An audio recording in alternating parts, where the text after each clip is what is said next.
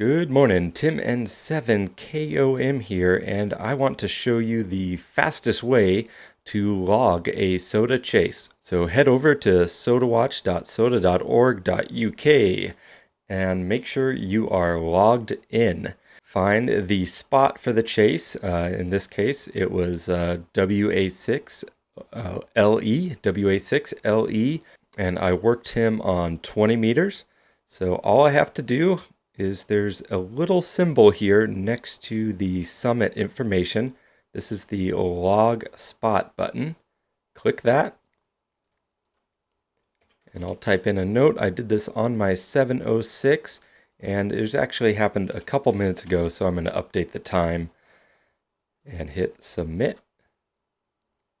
And that's all there is to it.